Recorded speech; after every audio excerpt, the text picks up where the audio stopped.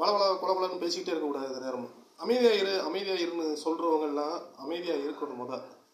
பிறருக்கு சொல்கிறதுக்கு முன்னாடி நம்ம எப்படி இருக்கோமோ அதைத்தான் பிறருக்கு சொல்லணும். நம்மளே வளவள கொலன்னு பேசிட்டு அமைதியாக இருன்னு சொல்லக்கூடாது. பிறரை எத்தி வைக்கிறது அது தவறான விஷயம். அதைத்தான் இங்கே பதிவிடுறது. அண்ணன் இந்திரா காந்தி இருந்தாங்க, அவங்களோட பல ஆண்கள் இருந்தாங்க. அண்ணன் இந்திரா காந்தி எந்த ஒரு ஆணோடையும் அவங்க பல மணி நேரம் பேசுனது கிடையாது. நாட்டே ஆண்டாங்க. அவங்க ஆண்களுடன் அப்படியே நாட்டை பற்றி பேசினா 5 நிமிஷம் 10 நிமிஷம் தான் இருக்கும். எந்த ஒரு ஆணோடையும் எந்த ஒரு தொடர்புலையும் இருக்க மாட்டாங்க. அது மாதிரி இந்த தமிழ்நாட்டில் இருந்த ஜெயலலிதா அதே மாதிரி அவங்க கூட பல ஆண்கள் இருந்தாங்க. ஆண்கள் இருந்தாலுமே அவங்க பேசுறது ரொம்ப தூரத்தில் இருந்து பேசுவாங்க. ரொம்ப பக்கத்தில் நெருக்கிலாம் பேச மாட்டாங்க.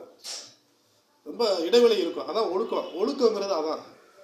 அதைத்தான் இறைவன் திருக்குறள்லேயும் சொன்னா. அதான் தமிழ்நாட்டில் உள்ள திருவள்ளுவர் திருக்குறள்லேயே அந்த ஒழுக்கத்தை பற்றி அதிகமாக பேசுனாங்க. ஒழுக்கம்னா எல்லா விஷயத்திலும் ஒழுக்கம் இருக்கணும். பேசுறதுலையும் பழகிறதுலையும் ஆணோட பேசணும், பெண்ணோட பேசணும். ஆணோட பழகணும், பெண்ணோட பழகணும். அவ்வளோ பெரிய நாட்டை ஆண்ட இந்திரா காந்தியே பெண்ணோட தான் பழக்க வழக்கங்கள் வச்சுருந்தாங்க. அவங்க ஒரு பெண்ணு தான், பெண்ணோட தான் பழக்க வழக்கம் வச்சுருந்தாங்க. ஆனால் அவங்க சுற்றி இருக்கிறதெல்லாம் ஆண்கள் தான். ஆண்களோட எந்த ஒரு வார்த்தையும் தேவையில்லாமல் எந்த ஒரு விஷயமும் அவங்க பேசுனது கிடையாது. அதுதாங்க ஒழுக்கம். ஒழுக்கம் அந்த காலத்தில் இந்தியாவில் தான் ஒழுக்கம் நம்பர் 1 உலகத்திலே நம்பர் 1 இடத்துல இருந்துச்சு. பெண்கள் அவ்வளோ ஒழுக்கமாக இருந்தாங்க. இப்போ அந்த ஒழுக்கத்தை பற்றி பேசணும்னா நம்ம நாடு ரொம்ப சீரழிஞ்சு அந்த அந்த ஒழுக்கம் இருந்தது இப்போ ரொம்ப ஆப்போசிட்டில் இருக்குது. ரொம்ப மாறுபாடு இருக்குது.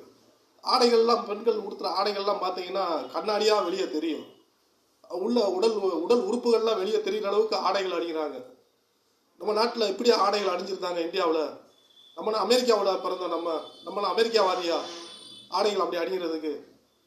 ஒழுக்கம் இருக்கணும். எல்லா விஷயத்துலையும் ஒழுக்கம் இருக்கணும். அதுதான் நான் இப்போ சொல்கிறேன்னா நான் ஒழுக்கமாக தான் இருக்கேன். நான் ஒழுக்கத்தை பற்றி பேசுகிறேன். எனக்கு தகுதி இருக்குது ஒழுக்கத்தை பற்றி பேசுகிறதுக்கு. அமைதியாக இருக்கணும். ஒரு மனிதரை பார்த்து சொன்னோம்னா அந்த மனிதன் அமைதியாக இருக்கணும். அப்போ தான் அமைதியை பற்றி பேசணும்.